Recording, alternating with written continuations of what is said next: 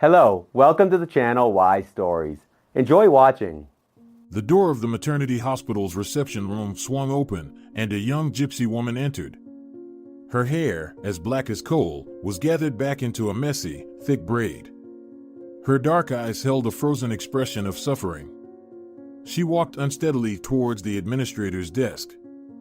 In one hand, the woman carried a small travel bag. Suddenly, a grimace of pain contorted her beautiful face. She clasped her enormous belly and let out a prolonged scream. "Oh my God, it aches so much." "Ma'am." A nurse rushed to her side. "Are you having contractions?" "Hey, help!" she shouted. "This woman is in labor." She helped the woman, who was on the verge of collapsing, and took the bag from her. After enduring the contractions, the woman managed to force a smile. Medical staff was already rushing to help. "Careful," the midwife said to the nurses as she placed the pregnant woman on a stretcher. "Christina, inform Ignacio that we have a difficult labor. Ask him to call an anesthesiologist, just in case," she said, and the procession hurried into the delivery room. "All right, Eleonora," the receptionist girl responded and picked up the phone. Eleonora anxiously monitored the woman's condition. "It's going to be all right, dear," she reassured, gently taking her hand and checking her pulse. The woman's forehead became covered in sweat, and a shiver ran through her body.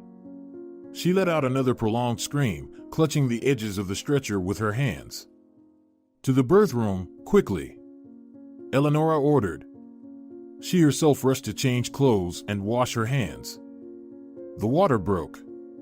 "Come on, dear, push," she said, looking at the laboring woman over her medical mask. "What's your name?" "Rosalia," the woman replied, struggling to catch her breath. "Who are you expecting, a boy or a girl?" "A girl." A grimace of pain distorted her face. "I can't take it anymore," she screamed, barely catching her breath after another contraction. "You can do it," the midwife said sternly. "Come on, one more time." "That's it, well done. You're doing great. Push a little more. Remember to breathe, take deep breaths." The cry of a newborn baby filled the delivery room. "Congratulations." Eleonora smiled at the woman, wiping sweat from her forehead. "Here she is, your little daughter.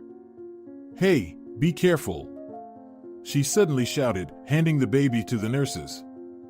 Eleonora, her blood pressure dropped, the nurse reported anxiously. "Quick, put the dropper. Transfer her to the intensive care unit." The next morning, Eleonora visited the sick woman. She lay there with closed eyes, her face devoid of any color. "She's very weak," the duty nurse whispered. "I'm afraid she won't make it." "What's your name?" Eleonora suddenly heard a quiet voice. "Stay quiet, don't waste your breath." Eleonora leaned closer to the woman. "Tell me, what's your name?" the sick woman stubbornly asked. "Eleonora." "Swear on your mother's life that you'll take care of my daughter when I'm gone." The eyes of the sick woman burned with a feverish fire. She persistently tried to catch Eleonora's gaze. "Don't talk nonsense," Eleonora said, not very confidently. "You'll recover." "I won't survive," the woman wearily remarked. "I'm begging you in the name of Christ, don't abandon her on the streets, don't let her end up in an orphanage." She closed her eyes, gathering her last bit of strength. "Promise me, I'm begging you." "She can't go to an orphanage, she'll perish there." "How can I promise you that?" the midwife asked, astonished. "No one will give me someone else's child. We're not related. You can ask the chief physician, but please don't leave my daughter. Swear that you'll do everything in your power." "All right," Eleonora gave in. She thought to herself, "It's nothing for me to make a promise. Whether I fulfill it or not is another question." "Thank you," the sick woman whispered barely audibly. She closed her eyes. "I had a bag with me," the woman spoke again. "When my daughter grows up, please give her." Suddenly, she grasped Eleonora's hand with force, and her hand was cold, with veins visible through her thin skin. Remember you promised me. I can see that you're a good person, you won't deceive me. I don't have much time left. Don't even think about death, you have such a beautiful daughter now. You're still young. Fight, cling to life. Think about your little girl, it will give you strength. A sad half-smile touched the young woman's lips, tears filled her eyes. She looked at Eleanor guiltily and released her hand. Eleanor saw how the gypsy woman's gaze grew dim, she closed her eyes and fell silent. Her face stretched, reflecting a serene tranquility. Why are you just standing there and doing nothing? The nurse cried out. Do something. She's dying. No one can help her now. Eleanor wiped away an uninvited tear. She had witnessed the deaths of patients before, but this dark-haired beauty somehow touched her heart. I wonder what happened to her. Where did she come from? No one really knows anything about her. We need to look for documents. What about her belongings? Eleanor suddenly asked. They're in the wardrobe. Where else? The nurse shrugged, removing the dropper from the woman's vein. Will you stay here? I'll call the attending physician. Yes, please go. I'll stay with her. Eleonora observed the gypsy woman. So young, echoed in her mind. Why is she alone? I thought the whole camp would come with her, that's always how it is with them.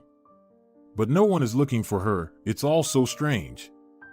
Can we take her now? 2 male nurses entered the room. Eleonora nodded silently, stepping aside. They loaded the woman's body onto a stretcher and took her away. Eleonora set off to search for the woman's bag. She didn't have any documents in her bag, nothing of value, the nurse said, handing her a small travel bag. Just some colorful rags and a few supplies. We took the supplies, but here's the rest. We know her name is Rosalia, but we don't know where she's from. No one asked her anything? No, maybe she's just a traveler, the nurse speculated. Perhaps, Eleonora mused. In the inner pocket of the bag, she felt a small bundle, opened it, and pulled out a golden chain with a pendant. What an unusual piece of jewelry, she remarked. Oh, we didn't even notice it. The nurse exclaimed, examining the unique pendant with curiosity. It was bulky, with a large garnet stone at the center. Dark red, like congealed blood. The intricate cut featured delicate golden patterns dotted with diamonds. Wow! It must be incredibly valuable, the nurse said with envy. Not only that, but it's also antique, Eleonora added. Eleonora! Suddenly, a woman called out, and Eleonora turned around. I forgot to give you this letter. What letter? Eleonora was surprised. From whom? The gypsy woman asked me to give it to you when she's gone. It's intriguing. Read it right away. The administrative assistant forgot about her work and became absorbed in the situation. Eleonora didn't reply, she started reading. My dear little daughter, she murmured, looking through the lines. As Eleonora read further, her expression changed dramatically. What? What's in there? Why are you crying? The astonished administrative assistant asked, seeing Eleonora discreetly wiping away tears. If only you knew. She sobbed. If only you knew. What was there? Why are you crying? Eleonora burst into tears. I can't tell you, it's not my secret. Can I take Rosalia's belongings? She asked through sobs. Go ahead, the nurse replied, looking puzzled. We'll just throw them away in a month if no one claims them. I'm just asking you, please don't tell anyone that I took them. All right, the girl replied, bewildered, looking at Eleonora. And what if someone asks? No one. Please. The woman pleaded. Well, fine, the nurse shrugged, perplexed. Eleonora carefully put the letter and pendant into an envelope and headed decisively towards the chief doctor's office. Teodora, I want to adopt this girl. What girl? Teodora exclaimed, looking up from her documents. Well, this gypsy girl. Why do you want her? Theodora frowned. And what if someone from their camp demands the child back? Don't say that I took her. Just say that the girl also passed away. Do you realize what you're saying? What are you pushing me into? I want to give the child a home. Is that so wrong? But how will you arrange the necessary documents for her? You have to go through the guardianship authorities, other institutions. That's my concern now. All right, the chief doctor shrugged. Well, at least wait until she's examined. What if she's ill? The child is healthy, the woman stated confidently.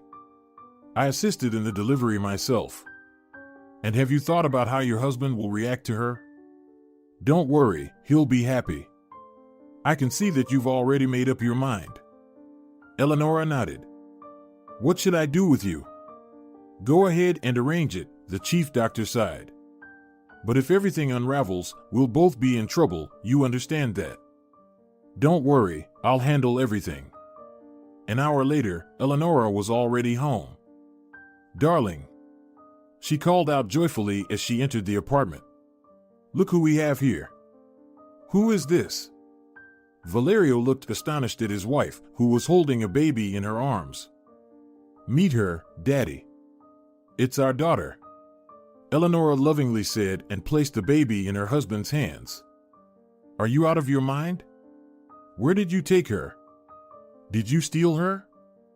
I'll explain everything to you right now, but I urgently need to go to the store to buy everything she needs. Can you spend some time with her? She's sleeping anyway, I'll be quick. How do you imagine all this? Valerio exclaimed in horror, looking at the little girl. Or you can go, I'll make a list. You can buy everything that's needed. All right, I'll stay, the man reluctantly agreed. But first, explain to me, where did you get her? Eleonora laid the baby on the bed in the bedroom, carefully closed the door, and returned to her husband in the living room. She's the daughter of a gypsy woman. She died immediately after giving birth. You're completely crazy, her husband shouted. Do you realize what her relatives will do to us if they find out we took the child? No one will find out, Eleonora assured him. All this time she was in the hospital, no one claimed her. I don't know why. Rosalia didn't have a chance to tell us anything about herself, I only know her name. And I. The woman paused. I promised her that I would take the child. I have to save this baby, you understand? She's in danger. I made a promise. There's something else, but I'll tell you about it later. I don't understand, Valerio seethed with anger. He paced irritably around the room. Why do you need this child? You said she's in danger? That means we'll be at risk too. Valerio, Eleonora approached him, looked into his eyes, hugged him, and tried to calm him down. God didn't give us our own children, and now we have a chance to become a real family. We'll leave here. Sell everything and leave. And no one will ever know that we've adopted the child. No one will find her. Would you let anything happen to this little one? I can't believe you decided to do it. Valerio protested. And how will we process the documents without any valid reasons? Without waiting in line? Do you know how many people dream of adopting a child from an orphanage? And why her specifically? Let's take another baby, not this gypsy girl. Look at us, do we look like her? Yes, anyone will understand that she's adopted. For nearly 15 years, Eleonora sat down on the couch. I have been fostering other people's children. You can't imagine the torment, seeing smiles on the happy faces of young mothers, holding other people's children in your arms, and not being able to give birth to your own. This girl, she's our salvation. Let's go. She stood up, took her husband's hand, and led him to the bedroom. Just look at her, she whispered. What a beauty. I couldn't refuse her mother, we have to take her in. I promised a dying woman. But what if we can't get used to her, love her like our own? I'm sure, the woman lovingly looked at her husband, we will be good parents. Look how tiny she is. Fate has placed this child in our hands. We will love her, and one day we will hear her say Mom and Dad. Isn't that happiness? But how will we fix the documents? I will take care of that issue. There's a woman working at the guardianship office. I assisted her during childbirth. She will help. And then we'll leave. You want to abandon everything here? Yes, we'll leave and start anew, the three of us. Are you willing? You'll be a crazy mother. Valerio smiled and hugged his wife. I already love this little one, and you will too, for sure. For you, I'm ready to do anything. Even adopt a gypsy girl. But at least you could have consulted with me. To bring a stranger's child into our home just like that. I knew you wouldn't object. She kissed her husband. We have so much untapped parental love within us that it will more than suffice for this little one. Believe me, she didn't just appear in our lives by chance. Let's not refuse the happiness that is begging to be ours. The next day, the young parents took action. Valerio put the apartment up for sale, and Eleonora went to the guardianship authorities. The former patient, hesitating a little, agreed to help. You understand that I could get into trouble? I do, Eleonora looked at her apologetically. If the deception is revealed, I will take full responsibility. But no one will ever think to search for a gypsy girl. In a month, they won't even remember her at the maternity ward. The chief physician knows she's on my side. I assure you, there's nothing to be afraid of. All right, the woman relented. The girl got lucky, she ended up in good hands. Eleonora went to work. Hello, she greeted the chief physician and submitted her resignation letter. Here, I'm requesting to be dismissed. What's this?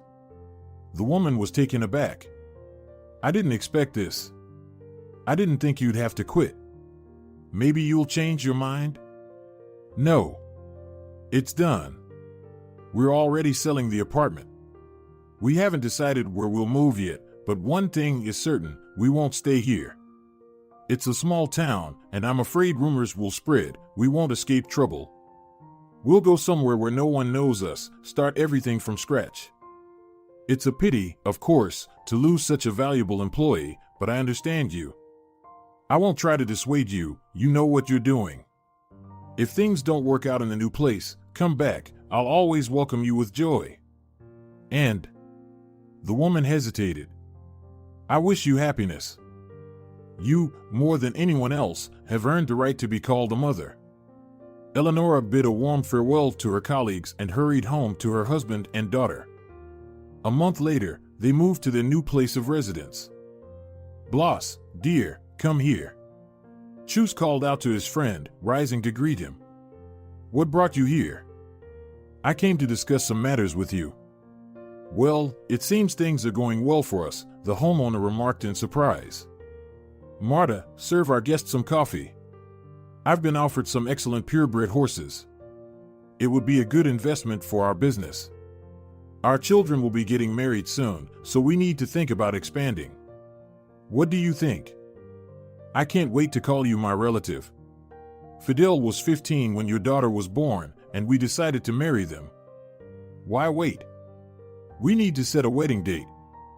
Yes, brother, so much has happened since then. Blas grew melancholic. Her mother didn't live to see this bright day. You know I'm raising our daughter alone. She's still too young to get married. Let her finish school first. Modern children need education. Oh, come on. She'll be too old by then. Have you considered giving her to my son instead? Fidel dreams of having children, and it wouldn't hurt us to think about grandchildren. How could you even think of such a thing about me? Blas felt offended. Blas never goes back on his word.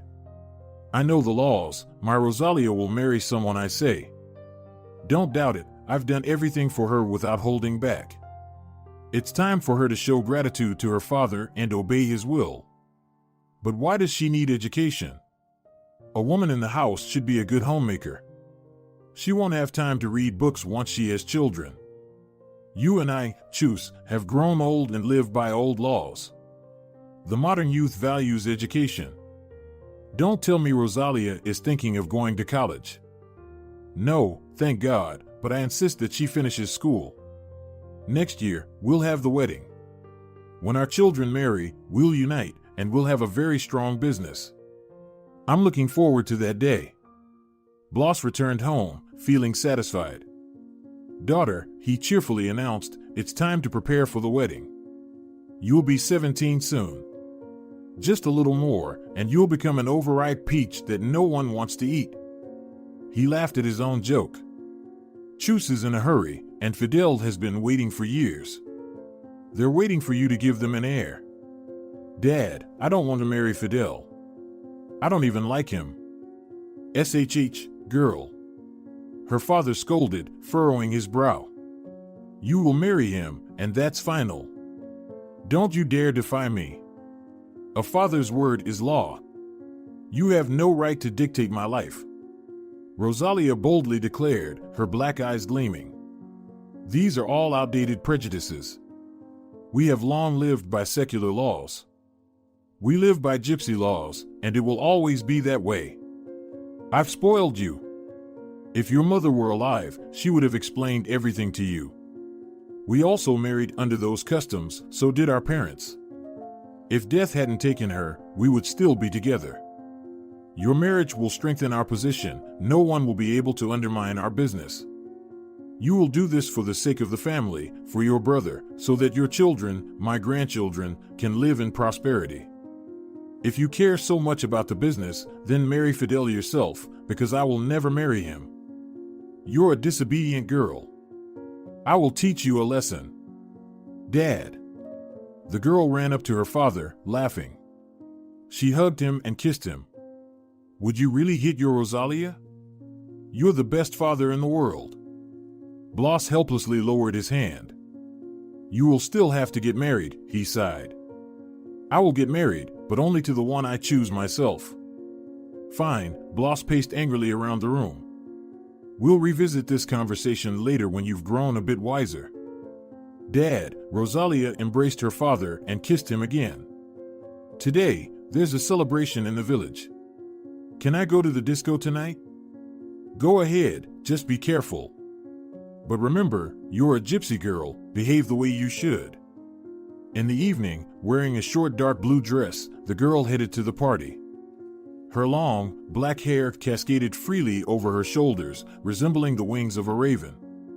She adorned her chest with a string of pearls inherited from her mother, and matching earrings adorned her ears. Why did you dress like that? Her father asked, astonished. Isn't it inappropriate for a gypsy girl to wear such dresses? Dad, I don't want to look like a peacock among the others. I'm not going to a Romani festival. What about breaking free from these prejudices? You're quite rebellious, grumbled the dissatisfied father. Don't you dare come home late. Take Marta with you at least. Of course, Dad, Rosalia promised with a sweet smile. We're going together, don't worry. Slipping her purse over her shoulder, the girl headed to the park where her classmates were already waiting for her. Rosalia, her friend whispered mysteriously in the middle of the evening. There's a guy who can't take his eyes off you. I've been watching him for a while now. Where? Rosalia looked at the dance floor with surprise. I don't see anyone. Yes, there. He's standing and staring at you, tall and handsome. He has thick, light hair, and his eyes are as blue as the night sky. It's obvious that he's interested in you. Rosalia finally met eyes with the person Marta was talking about.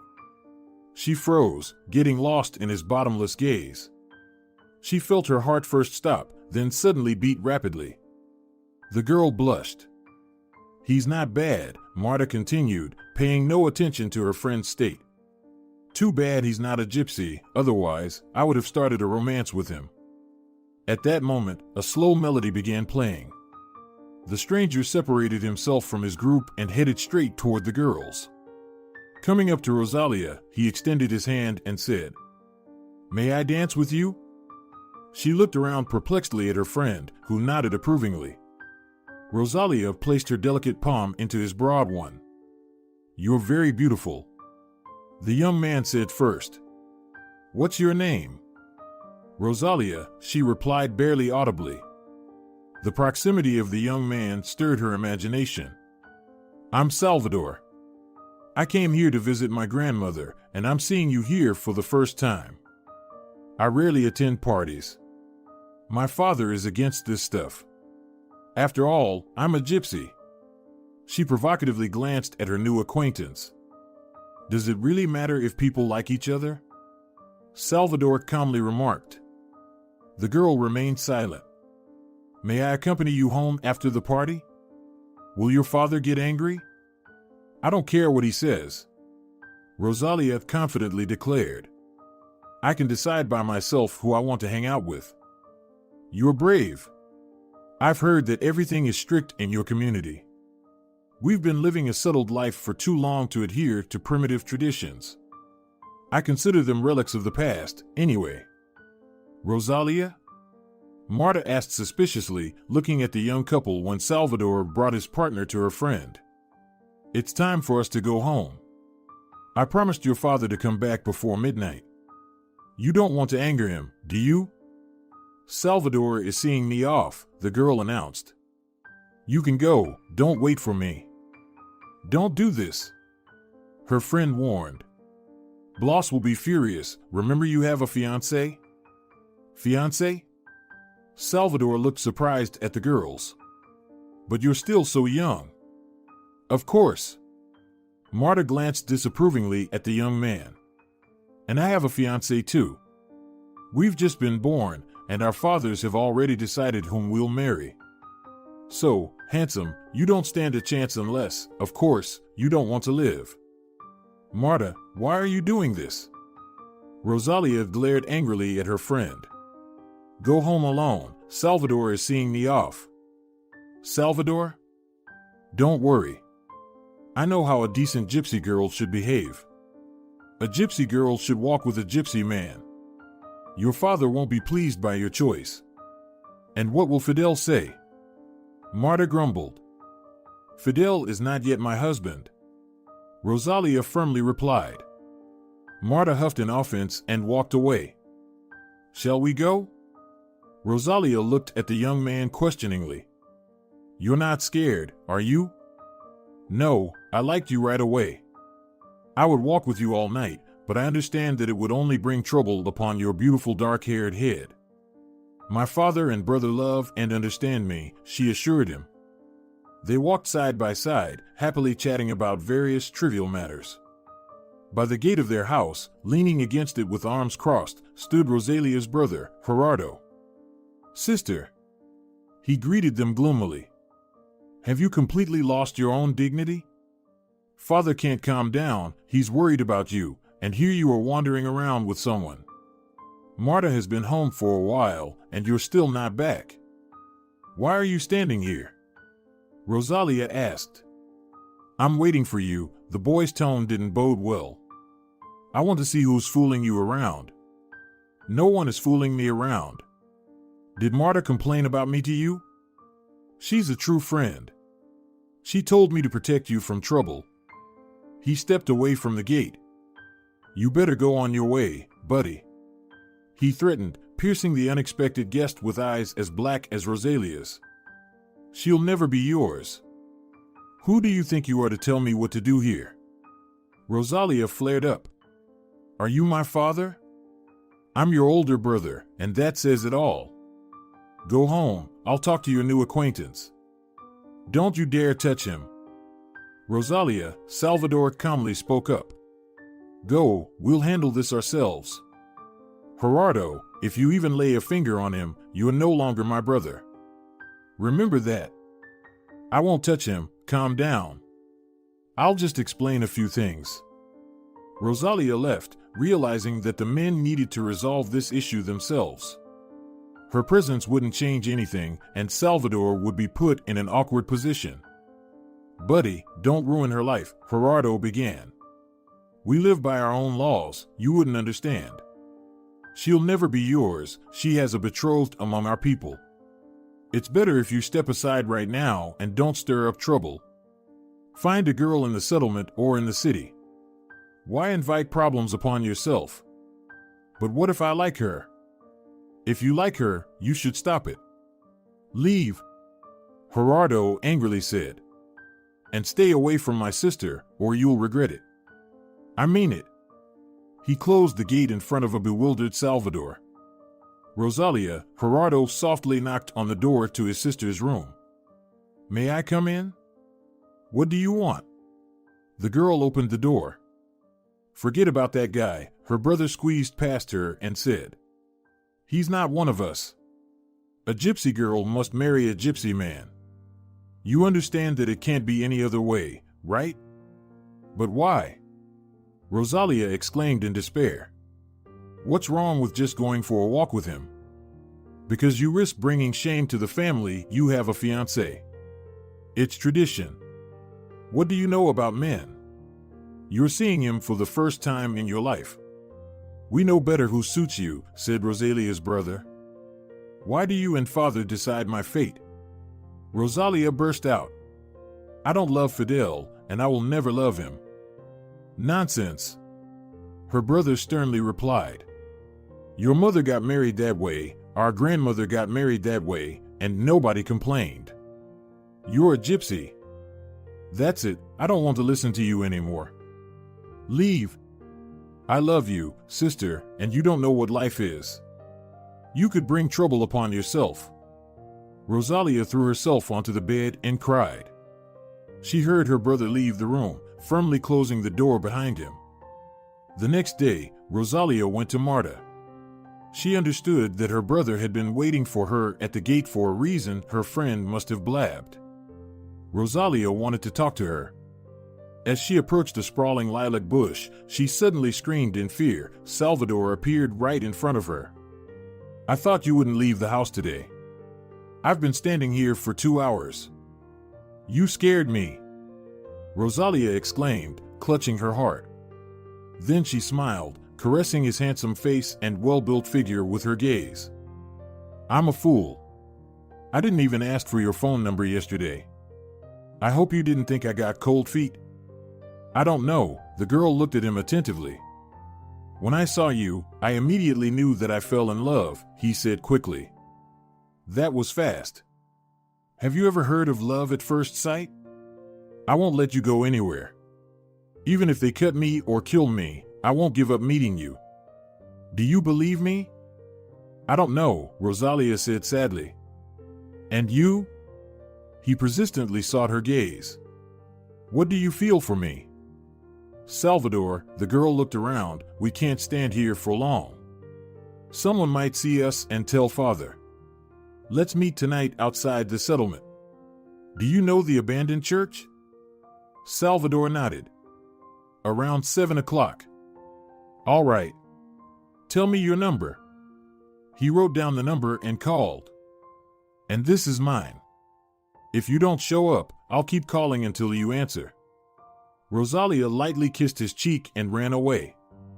Salvador, bewildered but smiling, pressing his palm to the cheek that had just been touched by her lips, stood for a long time, watching her retreating figure. How could you? Rosalia confronted Marta as soon as she entered. How could you tell Gerardo about Salvador and me? And you call yourself a friend? Because that's what friends do, Marta countered, calmly sitting in front of her computer. I don't want you to ruin your family's life. What will people think? I don't understand, Rosalia stared at her in disbelief. Are you against me? Do you want me to marry someone I don't love? I didn't expect this from you. But you understand that you have no chance of changing anything. If you don't marry Fidel, you'll bring shame to the family. And I have a fiancé, you know that. You'll have to comply, it's a gypsy tradition. But I don't want to, Rosalia exclaimed. I love Salvador. You're lucky my brother will be yours as a husband. And what about me? To spend my whole life with someone I don't love? Never. I want to be loved and to love. When did you fall in love with him? You've only just met. Marta sighed. Sometimes all it takes is one look to recognize your love. That's how it happened for us. Get Salvador out of your head, Marta sighed. You won't be together anyway. We'll see about that. Rosalia was devastated, finding no support from her friend. She went home and locked herself in her room. Her heart trembled at the thought of meeting her beloved. At the appointed time, she headed to the abandoned church. Salvador was already waiting. Finally, he rushed to meet her. I thought you wouldn't come. Maybe we shouldn't have started all this, the girl said, doubting. What are you talking about, my dear? Salvador took her face in his hands and looked into her eyes. I can't imagine how I lived without you all this time. I'm glad I met you too, Rosalia confessed. Salvador kissed the girl passionately and then pulled her close to him. I won't let you go, do you hear me? I want to marry you. I'm ready to go to your father and ask for your hand. What are you saying? The girl exclaimed, frightened. He will kill you. Is he an enemy to his own daughter? Doesn't he want your happiness? He does, but he has a different idea of happiness, Rosalia sadly remarked. Salvador spread his jacket on the ground, and the young couple sat side by side, leaning against each other. From that evening on, they started dating and spent every available moment together. Until one day, Blas found out that his daughter had decided to go against his will. Rosalia, Blas cheerfully announced one evening. Tomorrow we're going to visit your fiancé. It's time to start preparing for the wedding. Chus is eager to see you and Fidel married. I won't marry him, Rosalia firmly stated. What? Her father exclaimed angrily. How dare you defy your father? Who asked you? Everything has already been decided long ago. I wanted to wait until you finish school, but apparently we can't delay it any longer to prevent you from doing something foolish. It won't go according to your plan, Rosalia stubbornly insisted. I don't love Fidel. Do you really want to see me unhappy? The only thing I care about is your happiness. Blas erupted. What can your Salvador or whatever his name is offer? Wandering from one rented apartment to another? Living from getting a salary to getting another one? Or do you expect me to provide for you both? Fidel is a grown man, unlike your little boy. He's capable of providing for a family himself. And besides, I told you that marriage allows us to expand the business, to strengthen it.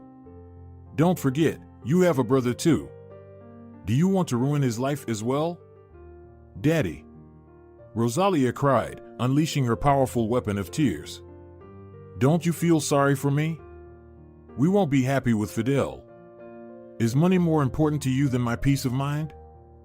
Father, Gerardo spoke as he entered the house, don't give in to her tears. How will you look Chus in the eye if you yield to her? Brother! Rosalia sobbed. How can you push me into the hands of that Fidel? I can see that both of you don't care about me, you only think about money. Foolish girl, we care about the future, Gerardo retorted. How dare you talk to us like that? Her brother angrily exclaimed. No one gave you the right to speak. Have you forgotten who you are? Is it because of our father? Did he spoil you? Is it permissible for a gypsy woman to behave this way? I don't want to see any of you. Rosalia retorted. You are a foolish girl. Salvador will soon leave you and go to the city, and you'll be left here, her brother mocked. Rosalia got up and ran to her room. My sweet, my beloved, she whispered, burying her face in the pillow. I understand that we can't be together. I see it and I know it. But I don't want to be taken by Fidel. I want you to be my first man. Maybe then, when my father finds out that I've given myself to someone else, he'll have pity on us. He will kill me. The girl sat on the bed. Well, so be it. She wiped away her tears. I'd rather die than live with someone I don't love. Let's steal a piece of happiness from fate, and then let things happen as they may. She decisively dialed Salvador's phone number. My love, we need to meet urgently. Let's meet tomorrow at 7 at our spot. The sun was already setting, and the meadow smelled of freshly cut grass. "Rosalia, what's happened?" Salvador rushed to her as soon as he noticed her. She approached him, gazing into his eyes, basking in the tenderness they radiated. Then she asked, "Salvador, do you love me?" "Of course, my little one. I love you very much. Why do you ask?" "Then take me," Rosalia calmly said, never taking her eyes off him. "Are you sure this is the right decision?" Salvador questioned with doubt. "Maybe we shouldn't rush? I'll go to your father, ask him to give you to me in marriage. I want everything to be done properly. No one will allow us to do it properly, but this way, my father will have to accept it." "I see, you've already thought it all through?" "Yes, I've made up my mind. Take me right now." She kissed him on the lips. "I don't want anyone else but you to touch me. Look at how beautiful it is here. Come on, be brave. I can't just start it myself, can I?" Salvador slowly brought his face closer to hers, then gave her a long kiss. They fell into the grass, caressing each other. Salvador was gentle, while Rosalia trembled and melted in his embrace. They didn't notice anything around them, hidden from prying eyes by the tall grass. Yes, no one could see them, only the vast sky witnessed the eternal dance of love between a man and a woman. The tranquility of the sunset was occasionally interrupted by sighs and the sounds of their kisses. "It was so good," Rosalia softly spoke, pressing herself against Salvador's bare chest. "I didn't know it could be so beautiful, my love. I won't give you to anyone else. Can you hear our hearts beating? In sync, side by side. You are my happiness. My life," Salvador expressed. "And life is meaningless without you," Rosalia replied. "What will happen to us now?" Salvador wondered. "It doesn't matter anymore. The important thing is that we are together," Rosalia reassured. "Now only death can separate us," Salvador declared. Rosalia returned home, unaware that her father was already searching for her. "Where have you been, you wretched girl?" Her enraged father glared at her. "I was with Salvador," Rosalia calmly answered, never averting her gaze from her father's eyes. "Did you sleep with him?" her father asked. "I did," the girl replied. "Dad, we love each other." "What have you done?" her father exclaimed. "You've disgraced our family. How can I now look Fidel in the eye? What will I tell Chus?" "You'll tell him the truth." "I can tell him everything myself," Rosalia insisted. "You don't understand what you've done." "Oh, woe is me, what a woe!" Blas lamented, tearing at his hair. "You'll have to accept it, Dad, and marry me to Salvador," Rosalia asserted. "No, absolutely not. I'll lock you up in this house, and you won't leave anymore. I'll come up with something to redeem myself in Fidel's eyes. You will still marry him, old Blas has never broken his word. Give me your phone," he commanded. Rosalia didn't dare to argue. Her father was beside himself with anger over her actions. "Go to your room," he said in a tone that brooked no objections. He pushed her into the room and locked the door from the outside. "Sit there and think," he called out to his elderly mother, Nora. "Take care of her, feed her. No calls, no visitors. I need to figure out what to do next." Nora felt sorry for her granddaughter. She had lived a long life and seen much. "Repent, Rosalia, accept it. Trouble will come if you disobey." The old woman pleaded with her granddaughter. "Your father will forgive you. I can sense it, sorrow awaits us. My heart aches for you, there will be no happiness for you and Salvador." "Have you seen something?" Rosalia asked anxiously. Nora only shook her gray head, mumbling something to herself. Everyone knew that the elderly woman possessed the gift of predicting events, but she rarely used it. "Trouble is coming. Trouble is coming," she repeated, trying to calm the worried heart of her beautiful granddaughter. You won't be happy, the old woman insisted each time she locked Rosalia in the room. Rosalia had often asked her grandmother to bring her the phone so she could call Salvador. But the elderly woman was relentless. Don't seek a meeting with that boy. Forget him, listen to old Nora. I've lived many years in this world, seen much. Suppress your pride. Time passed, and the confined girl grew weary. Her heart longed for her beloved. She didn't know where Salvador was or what had happened to him. She feared seeking a meeting with him would incur her father's wrath. What should I do, Grandma? I love him, do you understand? Life is meaningless without him. I'll have his child, she confessed one day. How can you be so cruel? If your father finds out, he'll kill you. I'd rather die than spend the rest of my life locked up. Nora stared at her for a long time but said nothing.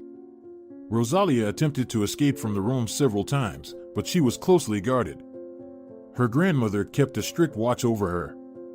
You're not eating well, the elderly woman noticed one day. You need to eat properly now. She brought a tray filled with food and placed it in front of her granddaughter. Eat. I've got too old, Nora grumbled and left the room. Rosalia reluctantly picked at the food her grandmother had brought and suddenly froze. The door to the room was slightly ajar. Disbelieving her eyes, she cautiously peeked into the corridor and listened. Someone was talking to Nora on the ground floor. The girl quickly gathered a few things in a small travel bag, took money and her passport from a hiding place, and quietly tiptoed out of the house. She glanced around constantly, but luckily, there wasn't a soul in the yard or on the street. Rosalia rushed towards Salvador's grandmother. Rosalia? The woman exclaimed in astonishment. Where have you been? Salvador was worrying about you. My father had me locked up. But where is Salvador? Well, he went to the city. It's time for him to work. Can you give me his address? Wait, did you run away from home? The woman worried. They'll search for you. I don't care. I want to meet Salvador as soon as possible. I have something very important to tell him. Please, don't try to dissuade me. When Blas found out that Rosalia had escaped, he was furious. Where were you looking? He snapped at Nora. Why did I leave her under your watch? How could you leave the door open? Did you do it on purpose so she could run off to her lover? Are you in cahoots with her? I've grown old, the grandmother defended herself. I accidentally forgot to close it. I don't remember, someone distracted me, and I didn't close it. Don't be angry. Don't deceive me. I can see right through you. For God's sake, Blas. What are you accusing me of? I'll deal with you later. He promised the old woman. Gerardo, immediately go and search for Rosalia. He ordered his son. Her lover's grandmother lives in our village. Go to her. It's not worth it, Nora calmly looked at him. She's expecting a child. Leave her. It's too late to change anything now. Rosalia has chosen her own fate. A child? What child? Where does she have a child from? What are you talking about? My daughter has brought shame to our family? God has turned away from me. Woe is me, what a woe. What will I tell Chus? I, Blas, have never broken my word in my life. And now my own daughter has shattered our plans into pieces. What should I do? Blas was beside himself with anger. Do you understand that Fidel will never marry her now? Talk to him, Nora advised. He will understand. Why go against fate? Leave Rosalia be, maybe she can find happiness. She said they love each other. Don't you know the laws of the gypsies? I must fulfill my duty, otherwise. Blas went to meet Fidel. Son, he began from a distance, I have bad news for you. What happened, Uncle Blas? My daughter, my Rosalia, she disobeyed my orders and ran away with her lover. Well, it's not too late to bring her back, Fidel reasoned. Let Gerardo go after her, and you can punish her properly. I don't know how to tell you, the man hesitated. She is pregnant from that scoundrel. Forgive me, Fidel, I promised you an obedient and pure daughter. She disobeyed her father's will, violated the gypsy laws. I don't want you to harbor false hopes of marrying her. There will be no wedding. Find yourself a more deserving wife than my daughter. She is not worthy of your love. How could this happen, Uncle Blas? I waited for her all these years. How could she destroy everything in one day? I know, Fidel, it's my fault. I spoiled her, didn't notice when she felt her own will. I raised her alone, always regretting that she grew up without a mother. And now she hasn't repaid me the favor. What are you going to do? Do you know where this guy lives? He must be punished. His grandmother lives here in the village. They're probably hiding in the city. I doubt they're still with his grandmother. I will curse them. God will punish them. God will judge everyone in the afterlife, but in this life, we will pass our own gypsy judgment. I don't intend to wait for mercy from God. I will find them and punish them myself. Fidel, don't touch them, let them go in peace, the old man pleaded. They have disgraced me. The young man said harshly. Your daughter and that guy have violated the gypsy law. I must seek revenge.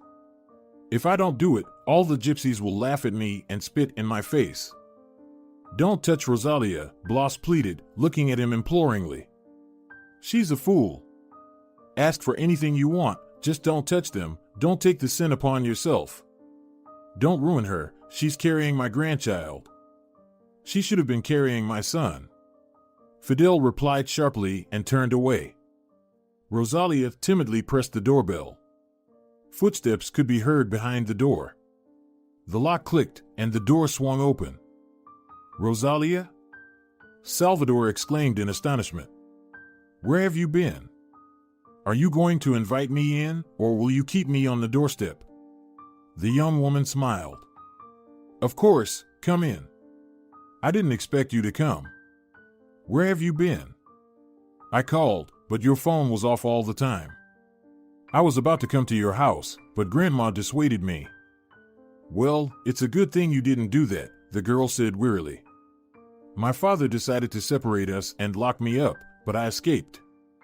Will they search for you now? Of course, they will, but when they find us, they won't be able to do anything anymore. My father will have to marry us. You speak in riddles.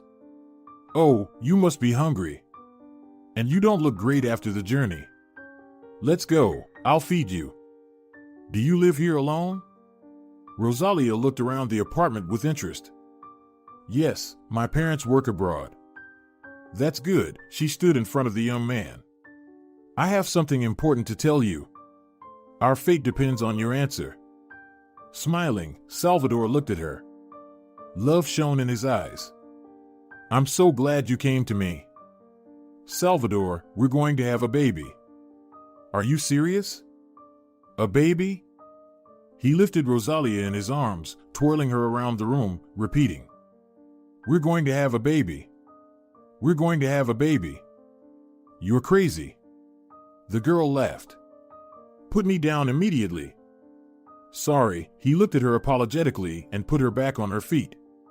Now I have to treat you like you're the rarest jewelry. And I was afraid you wouldn't accept me. What? Silly girl. The young man embraced her. I won't let you go anywhere now. Soon, there will be 3 of us. He got down on his knees in front of her, pressing his cheek against her belly. I can't believe our little one is growing in there.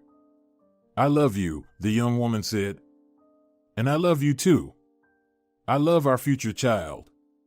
How happy we are together. The lovers cherished each day waiting for the birth. Salvador tenderly cared for Rosalia, looked after her, and tried not to leave her alone for long. There were 2 weeks left until the delivery. How can I pamper my beloved today? The young woman cheerfully muttered, peering into the fridge. I think I'll make chicken and batter. Oh, she said regretfully. But I don't have any flour.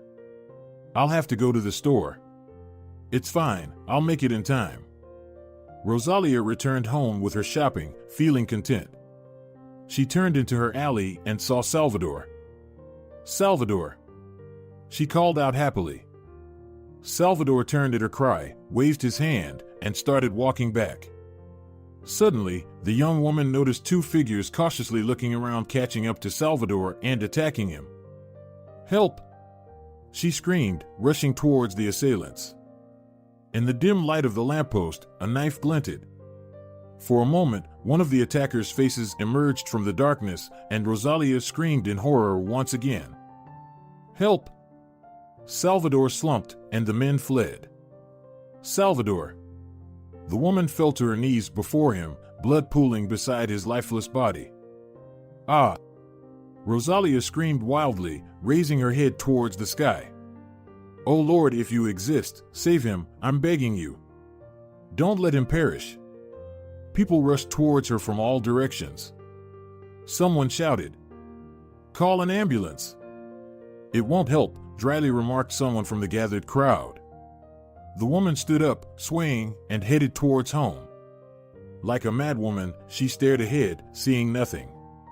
Suddenly, a sharp pain pierced through her entire body. Ah! Rosalia screamed again, bending over in agony. Something trickled down the inside of her legs. My water broke. My baby! Echoed in her mind. Ma'am, do you need help? She heard someone ask. Yes. Is the maternity hospital far? No, I'll take you there. The stranger firmly grabbed her arm and led her somewhere. Here, the admission ward, she pointed to a bright sign. Can you manage from here? Yes, thank you, Rosalia struggled to say and made her way to the admission department. Any news? Old Bloss looked hopefully at his friend. No, my dear, he shrugged. 20 years have passed, it's been so long. No trace of Rosalia. If we couldn't find her on hot pursuit, there's hardly any hope now. You're asking the impossible of me. But she couldn't disappear without a trace, especially with a child. No one has seen her since the day she ran away to Salvador. Don't remind me of his name. He's responsible for our misfortune. The man frowned. I implore you, by all that is holy, find my daughter and her child. I won't spare any expense. You know, Bloss, I'll do whatever you want for you. I'll try to help.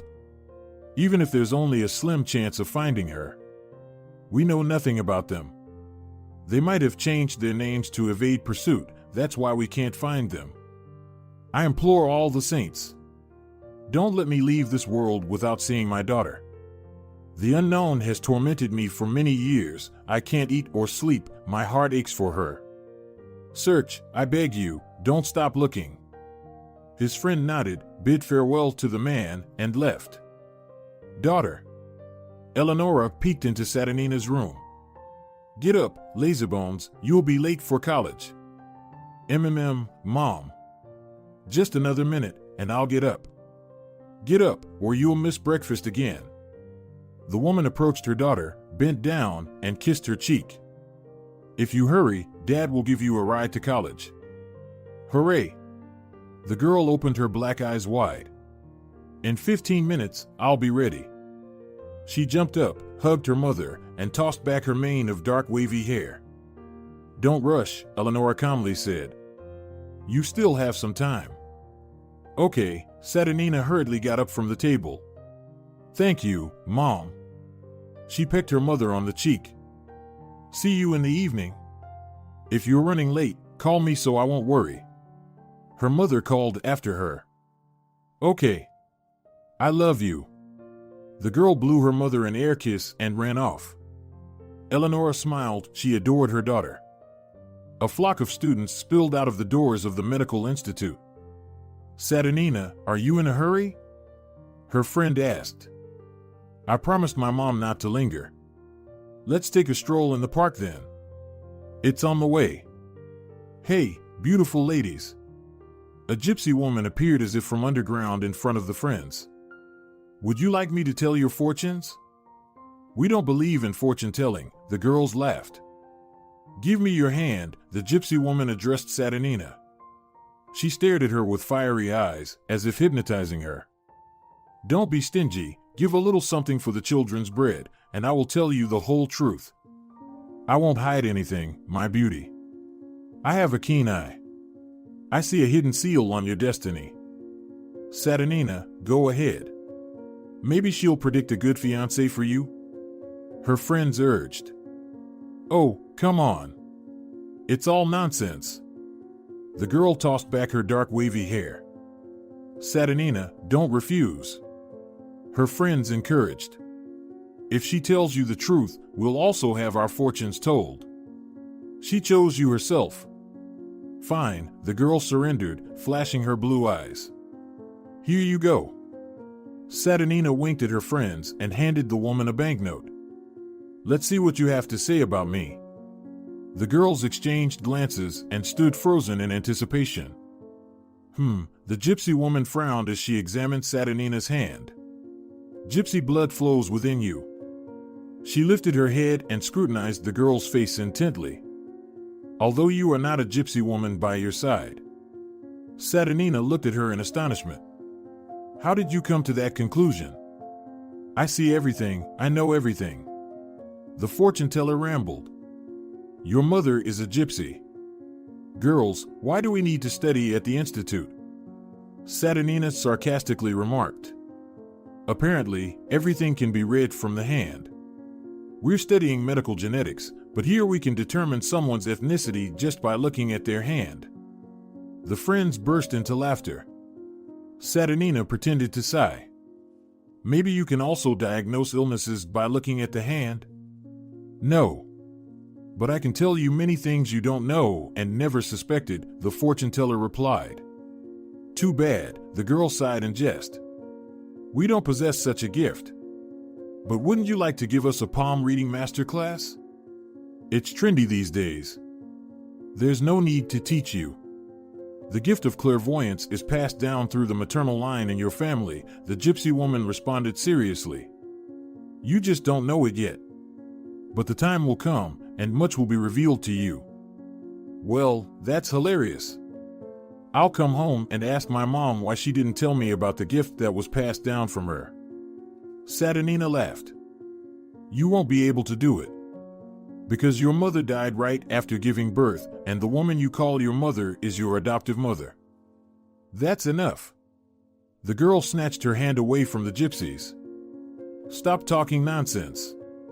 My mom is waiting for me at home. Everything you've said is complete rubbish. I don't want to listen to you anymore. Deceive the gullible citizens, but we understand perfectly well. Right, girls? You're just a common fraud. It was obvious from the start that all your words were deceit. Girls, she turned to her friends, I told you from the beginning that fortune-telling is nonsense. Just a way to extract money. Let's go. She bent down to fix the untied shoelace on her sneakers, and when she stood up, a pendant fell out of the blouse's neckline.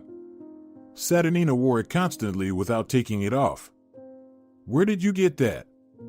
The elderly gypsy woman turned pale, seeing the pendant around the girl's neck. I don't know, shrugged Saturnina. My mom said it was passed down to me as an inheritance. She told me to always wear it as a talisman. Let's go, girls. The girls, chatting and laughing, continued down the path.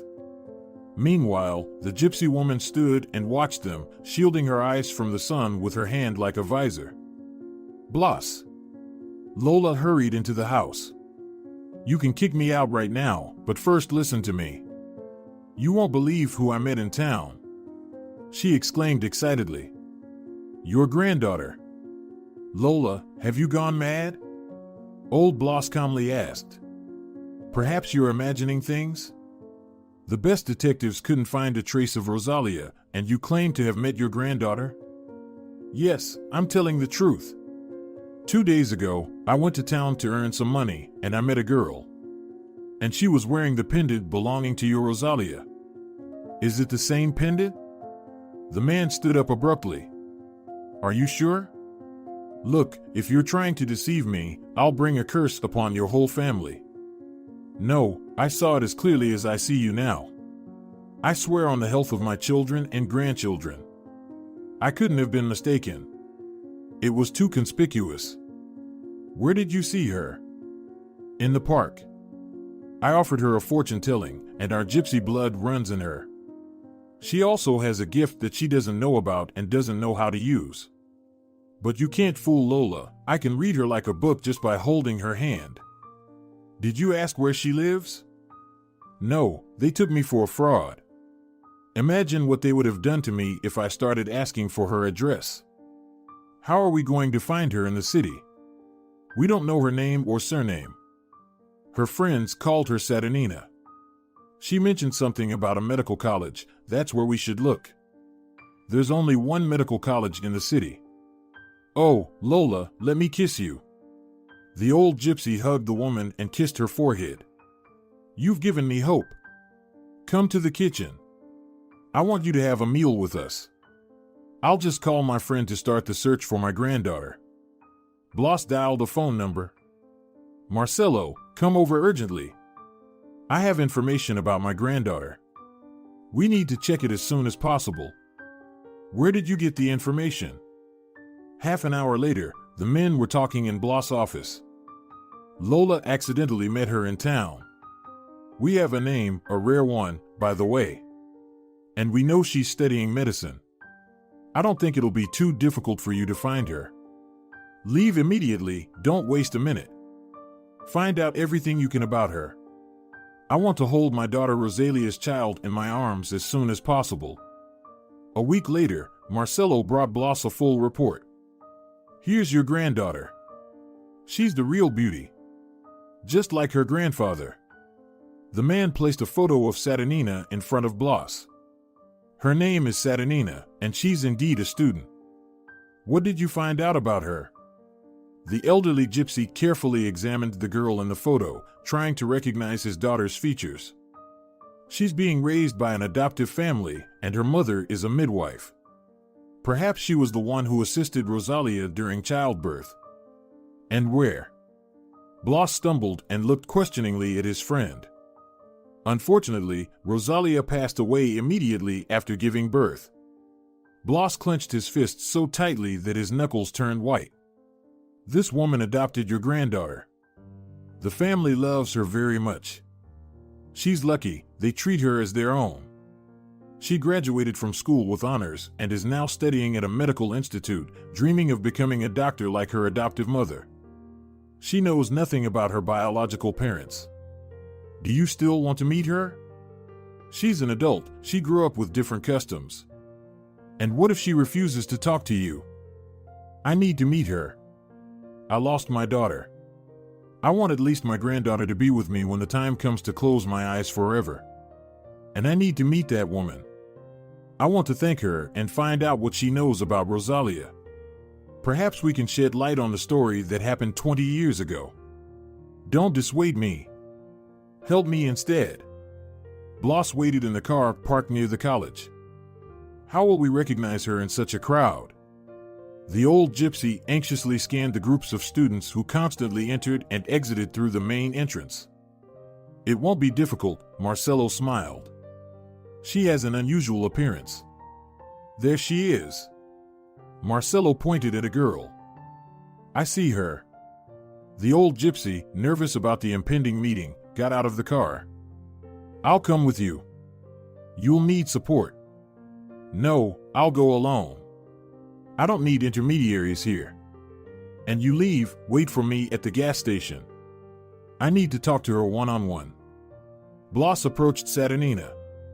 She looked at the elderly, gray-haired man with confusion. Hello, Bloss said. His eyes filled with tears. The girl resembled his daughter, her mother, very much. Only her eyes were blue, but the gaze. The old gypsy became agitated, his legs trembled, and his heart ached. Bloss wanted to say something, but he couldn't. He suddenly turned pale and clutched his chest. Oh my God! Saturnina compassionately took the man's arm and sat him down on a bench. Are you okay? I'll call an ambulance right away. She quickly dialed the necessary number. Hurry, The person is feeling unwell here. Passers-by helped Saturnina lay the old gypsy on the bench. Someone placed a bag under his head. Can I go with him? Saturnina asked when they had already placed Bloss in the car. Are you a relative? No, but I called the ambulance. I'm a student, a future doctor. All right, let's go quickly. Saturnina decided to wait until the man regained consciousness. Bloss slowly opened his eyes. Finally, you're awake. Saturnina exclaimed happily, jumping up from her chair. You really scared me. You didn't leave? You didn't abandon me? I was afraid I had lost you again. No, I called the ambulance right away. They said nothing serious happened. You just got too worried and your blood pressure went up. Now the worst is behind us. Take care of yourself. Shall I call your family? They must be worried. Thank you for not leaving me to die. How could I? After all, I'm a future doctor. Are you Saturnina? Yes, the girl was surprised. How do you know my name? I'm Bloss, your grandfather. That can't be. My mother never told me I had a grandfather. You must be confused. Did you lose consciousness because of that? Were you mistaken for someone's granddaughter? Show me the pendant, the gypsy asked without listening to her, the one you wear on your chest. You even know about the pendant? Saturnina was even more surprised. She took out the pendant and showed it to Bloss. My mother gave it to me. I don't even remember when I first wore it. It seems like it's been with me since birth. This pendant is ancient, passed down through the maternal line, just like the gift of foreseeing the future. My wife, your grandmother, put it around your mother's neck. She passed away long ago, and now the pendant has come to you. Gypsy blood runs in your veins, so you rightfully wear it. This is nonsense. My mother is not a gypsy, and there have never been any gypsies in our family. Let me call a nurse. You're out of your mind. Don't think that I'm mistaken. It's a long story. Of course, I can't know everything. It's better if Eleonora tells you the whole truth. I'm sorry that you only found out now, but I truly am your grandfather. I searched for your mother, my daughter, for many years. Believe me, I'm not crazy. It sounds like a Mexican soap opera. I'm the daughter of a gypsy. Saturnina snorted, ready to burst into laughter.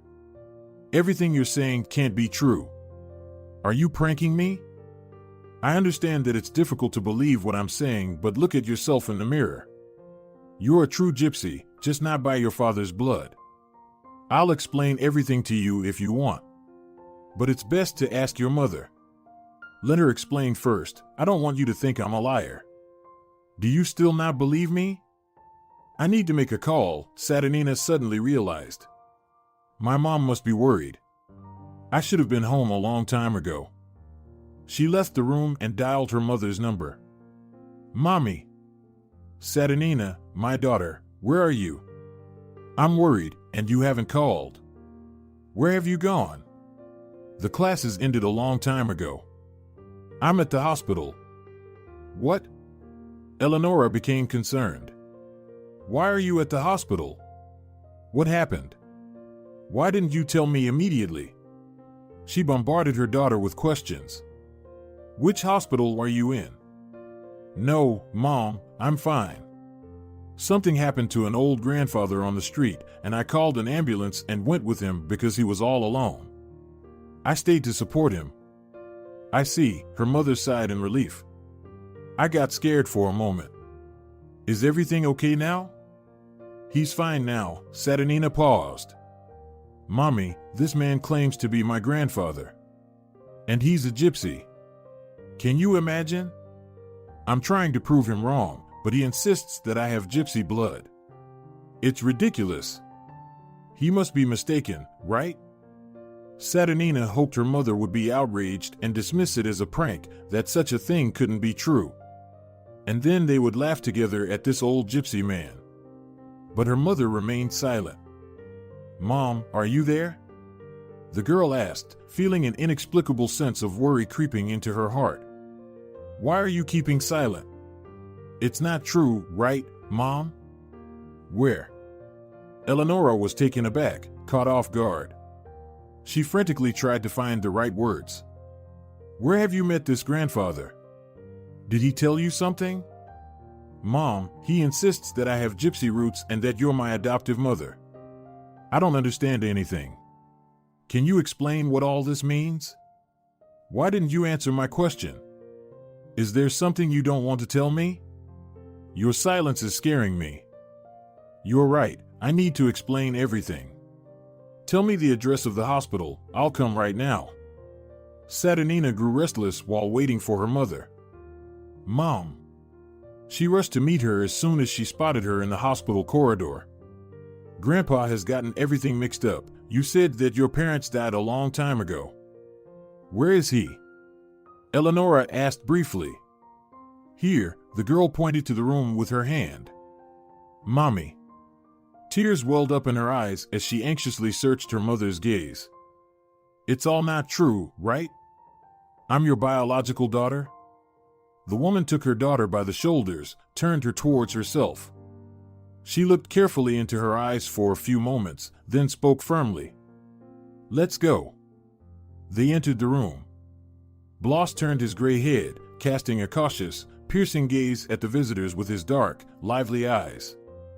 Hello. Eleonora cautiously sat on a chair next to the old gypsy's bed and placed the travel bag she had once left in Rosalia's guest room on the floor. Are you Rosalia's father? Yes, I am her father. My name is Bloss. How did you get Rosalia's pendant? Saturnina, the woman looked at her daughter, who shifted her gaze between the old man and her worried mother. You sit down too, we have a long conversation ahead. This is not how I imagined our talk, but it's too late to turn back now. Secrets always become known. It's time to confess and clarify some aspects of our lives. My girl. She took her hand. This man is telling the truth. He really is your grandfather, and I adopted you. I did it when your biological mother, the gypsy Rosalia, passed away. I promised her that I wouldn't abandon her little girl. I have never regretted for a single moment that I didn't allow you to live in an orphanage. You became my most beloved and cherished daughter. I have no regrets except for one thing, that you didn't hear the truth from me first. The woman heard the old gypsy grinding his teeth. Why did she die? He asked. She went into premature labor when she saw her beloved man being killed. She had to endure such stress. The childbirth was difficult. Everything piled up on her, perhaps even the grief over the deceased. She couldn't cope with the emotions and died. We couldn't do anything. I'm sorry. You're saying Salvador was killed? And she saw who did it. Did she see the killer? She did. Did she mention a name? She left a letter, which he turned to his daughter, would have given to you. I was just waiting for the right moment. It's all written in detail there. Read it now, please. Why are you dragging it out? Bloss shouted. My dear little daughter. Eleonora began reading. When you read this letter, I won't be in this world anymore, but you won't be alone. You have your Grandpa Bloss and Uncle Gerardo. Unfortunately, fate has decided that neither your father nor I would get to see you grow up. I knew this would happen. Women in our lineage have the gift of foresight. But the love for your father was stronger than the fear of death. I ran away from my parents' house to spend a few happy months with my Salvador, your father, waiting for your birth. I didn't want to obey my father's will and marry Fidel, who was chosen for me as a husband. I didn't love him and didn't want to spend the rest of my days with a heartless husband. When you grow up, my beloved little daughter, you will understand that I had no other choice. I'm sure that if it weren't for what happened, Father would have forgiven me and accepted Salvador into the family, surrounding you with care and warmth. In the silence of the room, someone started to sob. Eleonora stopped reading and looked at Bloss. The old man lay on his back, covering his eyes with his hand. His fingers were clenched into a fist, and a solitary tear rolled down his cheek. But Fidel didn't want to accept it. He chose revenge. Fidel? Blas asked sharply. You said Fidel? Look carefully, is there no mistake? Yes, Fidel. The person who was present throughout my childhood, Eleonora, continued reading, refused to understand me. And not because he had great love, but because our marriage would allow him to become the gatekeeper of a large business after the union of two families. Only the desire to enrich himself motivated him, and nothing else. He, of course, couldn't forgive Salvador for that. The hot gypsy blood demanded revenge. I'm sure Father wouldn't have allowed anyone to harm us. Fidel made the decision himself. I don't know how he managed to find us, as no living soul knew that we were living in Salvador's parents' apartment. He chose the very moment when there was very little time left until the birth, ambushed your father, and killed him in front of my eyes. And then, like a coward, he fled. But I saw his face. I knew exactly who wanted Salvador's death. The worst part is that Fidel knew that I knew the killer. If it weren't for the people who came to help at that moment, he would have killed me too, to silence me forever. I was very scared for you. He could have harmed you too. Revenge is a poor advisor. To protect you, my little daughter, I persuaded the midwife who delivered my baby to take you away. She is a good person, and I'm sure she will become a kind mother to you. No one would have thought to look for a newborn gypsy girl near her. If you are reading this letter now and wearing the pendant, the sacred talisman of our ancient lineage, it means that everything happened as the gift of foresight guided me. Oh, how I would love to see you. To see what a beauty my daughter has become. But fate had other plans. I know the day will come when you meet your grandfather Blas and your uncle Gerardo.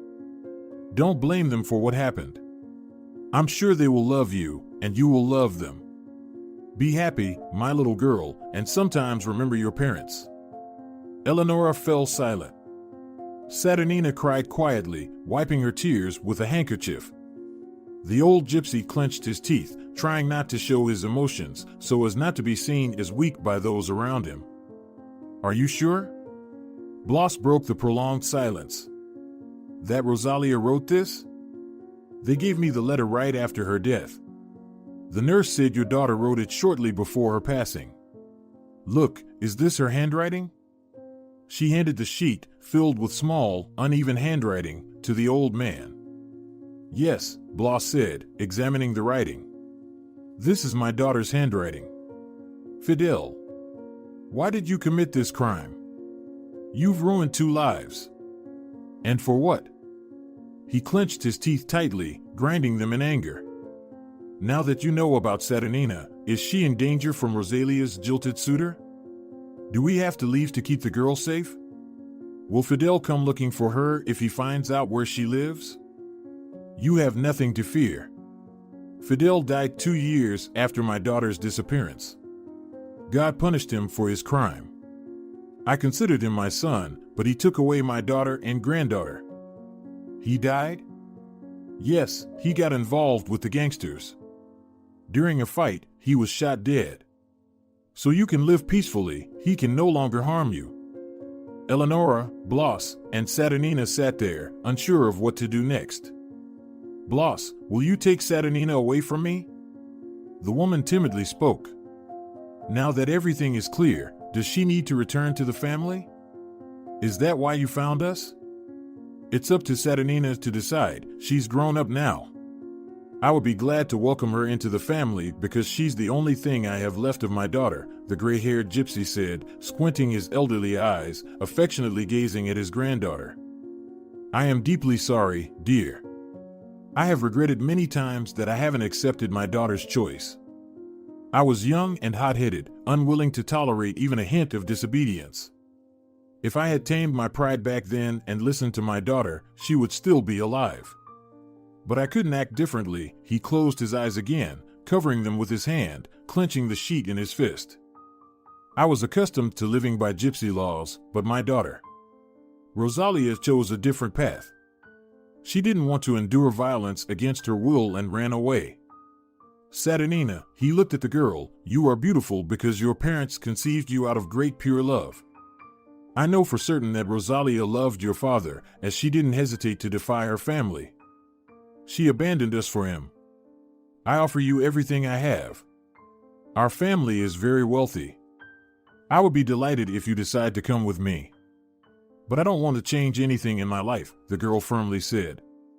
I'm content with everything. My mom and dad are here, and I love them very much. My dear daughter, tears appeared in Eleanora's eyes. I was so afraid that you would hate me when you found out that we are not your biological parents. I did my best to hide the truth, feeling I've wronged you. But I thought it was better for everyone. Mama, Saturnina looked at her, you are my real parents. How could I ever hate you when you, knowing that I was in mortal danger, still adopted me? You saved me, risking your own and Papa's lives. I'm grateful for what I have now. There simply couldn't be better parents. I couldn't have acted differently. After all, I promised Rosalia in her final moments that I would take care of you. You are a brave and kind woman, Bloss said. The doors of my home are always open to you. Come, all of you, to us. I will show you the stud farm that belonged to our family. In recent years, I've been breeding purebred horses and selling them. It's a good business that brings in a lot of money. And all that wealth will belong to you, Saturnina. You are the heir of our lineage. Your uncle Gerardo is managing well, but he needs assistance. Thank you, the girl blushed, but I don't need anything. I'm used to achieving everything in life on my own. That's how my parents raised me. How much you resemble your mother, Bloss said sadly. Just as stubborn and free-spirited. At that moment, a nurse entered the room. Why are you tormenting the patient? She scolded, setting up the dropper. He needs rest, and any strong emotions are completely contraindicated. Oh, beauty. I've lived so many years on this earth that God has probably forgotten about me. But I'm not planning to die now. I'll ask him to live a little bit more. I found my granddaughter, you know? I've been searching for 20 years. I want to see her get married, and if I have time, I'll spoil my great-grandchildren too. That's enough, everyone, go home. The nurse ordered. Don't you see his condition? He's barely recovered from the shock. Do you want another strike to happen? Goodbye, Bloss, Eleanora shook the old gypsy's hand. Goodbye, Saturnina stumbled, then added, grandfather. Thank you, Saturnina. Those are the best words I've ever heard. He teared up. The women left. Bloss lay there, smiling at his thoughts. Rest if you really want to live long enough for great-grandchildren. By the way, your friend called. He was very worried about your health. Oh, I'm an old fool. Bloss scolded himself. I completely forgot about Marcelo. He probably couldn't wait for me and left. I told him to go home, so don't worry. He will inform your son that you're in the hospital. How much longer do I have to lie here? You'll stay with us today, and if all the indicators are normal tomorrow, we'll discharge you. We'll let your son know to come. And don't worry so much. The nurse laughed. Everything will be fine. The next day, Gerardo arrived. Hello, father. He hugged Bloss, who had been waiting for his son on a bench in the hospital garden. Marcelo told me that Rosalia's daughter has been found. Is it true? It's true, the man gruffly replied. And I also found out who is responsible for your sister's death. It's Fidel. Fidel? It can't be. He loved her with his whole heart. Yes, but he didn't listen to me, decided to seek revenge, and killed Salvador. Rosalia witnessed it and died during childbirth. To protect the child from Fidel's wrath, she gave her up for adoption. That's why we couldn't trace her whereabouts at all. I never thought Fidel could kill out of revenge. It's a shame that Fidel is dead. Gerardo gritted his teeth. I swear by the memory of our ancestors, I wouldn't have forgiven him for my sister's death. And what about my niece? Why didn't you bring her with you? She may not be pure-blooded, but she's a gypsy. I want to meet her. She left with her adoptive mother. She needs time to think about everything. Imagine finding out that strangers raised you for so many years. But she's been handling it well. I wish she could come with me right now, but I didn't insist. The important thing is that we found her. She'll gradually get used to us, come visit, and finally, we'll gather as a family. Let's go home. I have a lot to tell you. The old gypsy returned home, but a week later, a new episode put him back in bed. Father, Gerardo said worriedly, looking at Blas' pale face. You need to go to the hospital. It's not a joke that you have problems with your blood pressure. The doctors can't do anything, Blas replied, breathing heavily. It's the damned old age. Nothing can be done about it. They haven't invented a cure for it yet. I've lived a good, long life. I won't be ashamed to face the Almighty. There's one thing I regret, that I don't have the chance to see my granddaughter again. He fell silent. Go see her. Maybe you can convince her to come and live with us. And ask her for forgiveness on our behalf. Oh, how I wish I could turn back time. All right, Father, I promise. I'll do as you ask. I'm also eager to meet her. A few days later, Blas passed away. The funeral was lavish, as is customary among the gypsies. Immediately after the memorial, Gerardo went to Eleonora's house. Mom, I'll open the door. Saturnina called out when she heard the insistent doorbell. Oh, hello. Standing at the door was a middle-aged man with a gypsy appearance. He looked at the girl with interest. And who are you here to see? Probably I'm here to see you, if you're Saturnina, Gerardo calmly replied. Yes, I am Saturnina. And who are you? I'm your Uncle Gerardo. Something happened to Grandpa, didn't it? The girl immediately understood. My dear. The mother's voice came from the hallway. Why are you not inviting the guest in? What will he think of you? Please come in. Blas sent you, I assume. How is he doing? Father passed away, the man said briefly, walking into the living room. He asked me to inform you. He also asked for your forgiveness.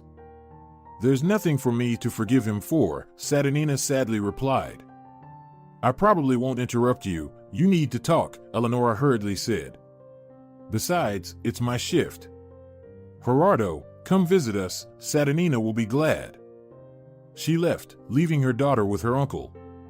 The woman's heart ached with fear that Saturnina would leave to live with the gypsies.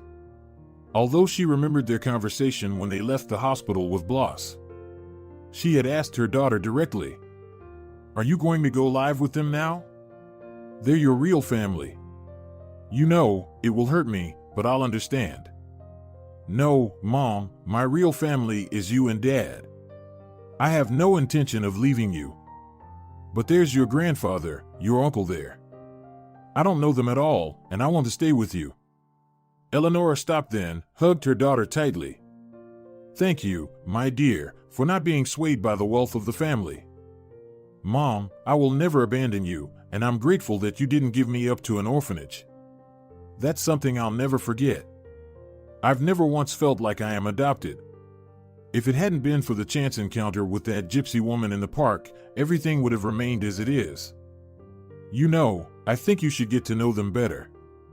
I won't object if you visit them occasionally. You're the best mom.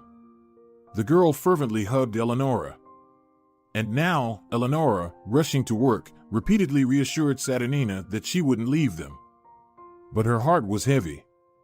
Saturnina, Gerardo spoke up when the door closed behind Eleonora.